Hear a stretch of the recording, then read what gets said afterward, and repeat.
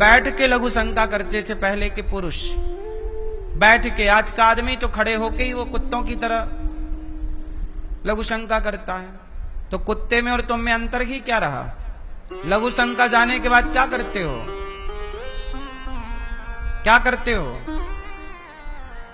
लोग कुछ भी नहीं करते, लघु शंका गए वापस आ गए, जबकि ये नियम गलत है। सही क्या है?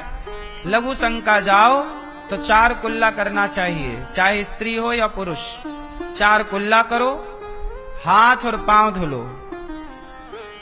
हाथ और पांव धुलना चाहिए। धुलने का विधान तो योनि का भी है, इसलिए हाथ पांव धुलिए और 4 कुल्ला करिए, तब जाके आप लघु शंका के बाद शुद्ध होते हैं। शौच करने के बाद आप लोग क्या करते हैं? आजकल के आपके बच्चे शौच करने जाते हैं, शौच करके आ जाते हैं हाथ धुल के, और वही शौच के बाद पूरे घर में नाचते हैं। कितनी अशुद्धि है। शौच करने के बाद स्नान जरूर करना चाहिए। पूरा नहीं किया तो अर्ध स्नान करना चाहिए, आधा कपड़े गीले करने चाहिए, और इसके बाद ही आप शुद्ध होते हैं। जैसी राखो शुद्धि वैसी बने बुद्धि। इसलिए शौच करने के बाद नहाना ही है। एक बार पूरा नहा चुके हो तो दूसरी बार गए तो आधा नहाओ, अर्ध स्नान। नाभि से अंग को नीचे गीला करो, जो कपड़े पहन के गए हो सारे गीले करो, तब जाके शुद्धि होती है। अब आप लोग लघु शंका जाते हो, शौच करने जाते हो, वो पांव तक नहीं धुलते लोग। अब ऐसे लोगों के हाथ का पानी भी पीने का धर्म नहीं है।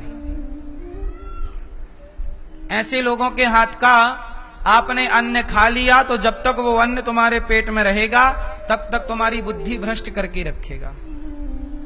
फिर तुम ताकोगे दूसरी बहन बेटियों को, फिर गलत गलत विचार आएंगे, फिर गलत गलत थॉट आएंगे, फिर सब कुछ बिगड़ेगा।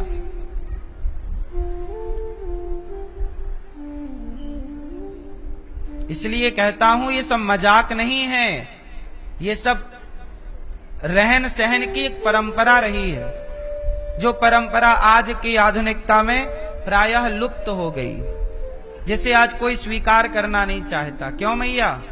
पहले के लोग क्या करते थे? शौच के बाद स्नान करते थे या नहीं? बोलो हाँ। पहले के आपके नाना, आपके दादा, देखा होगा पहले के लोग लघु शंका करने जाते थे तो हाथ में पानी लेकर जाते थे। लघु शंका करने के बाद क्या लेके जाते थे? गिलास में पानी, क्योंकि पानी से वो कुल्ला भी करेंगे, उसी पानी से प्रक्षालन होगा। और वो बैठ के लघु शंका करते थे पहले के पुरुष, बैठ के। आज का आदमी तो खड़े होके ही वो कुत्तों की तरह लघु शंका करता है। तो कुत्ते में और तुम में अंतर ही क्या रहा? इसलिए आजकल के लोग प्रायः कुत्ते के स्वभाव के हो चुके हैं।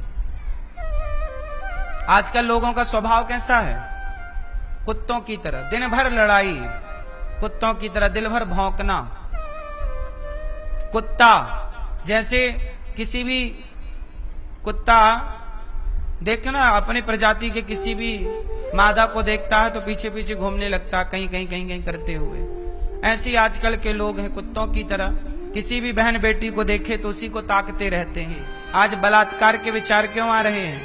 आज लड़के, बहुत सारे लड़के, बहुत कुछ लड़के ऐसे हैं जो लड़कियों को गलत नजर से देखते हैं। केवल लड़के नहीं देखते, 40-40 साल के लोग भी लड़कियों को गलत नजर से देखते हैं कुछ लोग। और keवल 40 साल के नहीं, 60-60 साल के बूढ़े भी कुछ लोग ऐसे हैं जो लड़कियों को, बहन बेटियों को गलत तरीके से देखते हैं।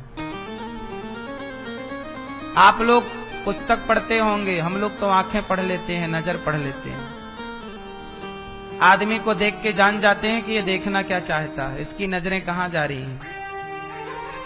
किताब बहुत पढ़ी होगी आप लोगों ने, हम लोगों ने नजरें पढ़ना सीखा है। ठीक है?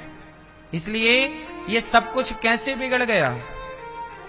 जैसा खाए अन्न, तुमने गलत अन्न परोसना शुरू कर दिया।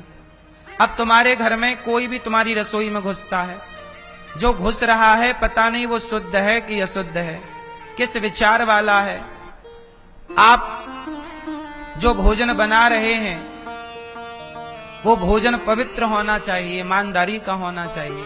भोजन बना के सबसे पहले भगवान को भोग लगाना चाहिए।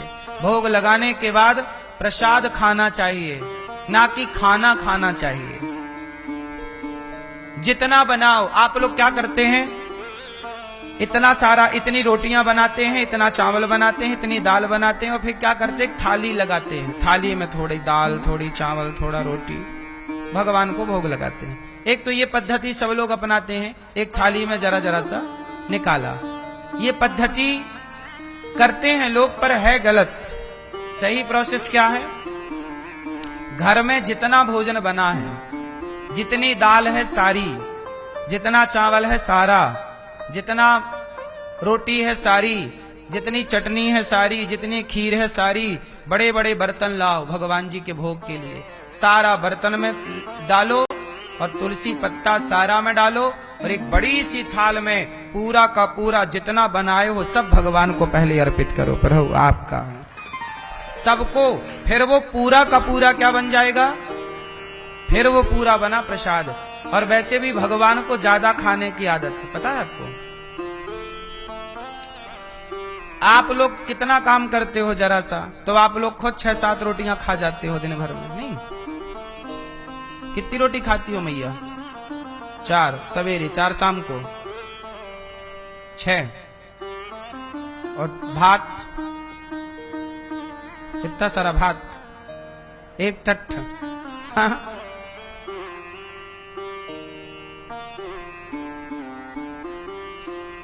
आप लोग जब इतना खाते हो, जबकि आप थोड़ा सा काम करते हो, जबकि भगवान जितना काम करते हैं। भाव क्या, हमारे जगन्नाथ जी कितना भोग लगाते हैं, भगवान जी को ज्यादा भोग लगाना चाहिए। भाव है भक्त कैसी बहाने सबका भोग भगवान को, जो प्रसाद बन जाता है उस भोजन का दोष समाप्त हो जाता है। क्योंकि अन्न में भी दोष होता है, नहीं होता?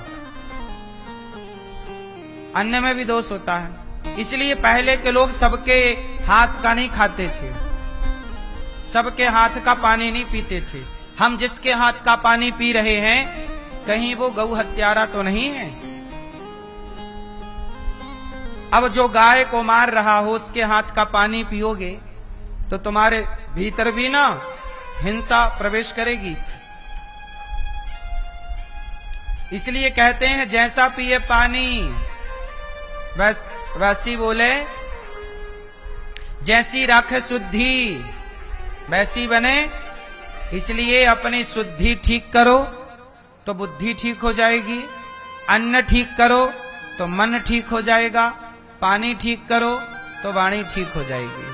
आज आप लोगों की तीनों चीज दूषित हो चुकी है। रसोई आपकी ऐसी हो चुकी है कि रसोइयों में कुछ भी आप बना रहे हैं, कैसे भी हाल में आप जा रहे हैं, बिना नहाए आप घुस रहे हैं अपनी रसोइयों में, बिना नहाए आप घुस जाते हैं। कुछ महिलाएं तो बिना नहाए भोजन बना लेती हैं और भोजन बना के फिर नहाती हैं आराम से। अब इन महिलाओं के हाथ का खाए तो बुद्धि भ्रष्ट होगी। इसलिए सब आजकल तो आप लोग बाजार में खड़े हो के कुछ भी खा रहे हैं। अब तुम्हारी बुद्धि भ्रष्ट ना होए तो क्या होए? फिर तुम्हारी बुद्धि में रावण नहीं बैठे तो कौन बैठे? राम बैठेंगे क्या? कुछ भी खा रहे हैं आप,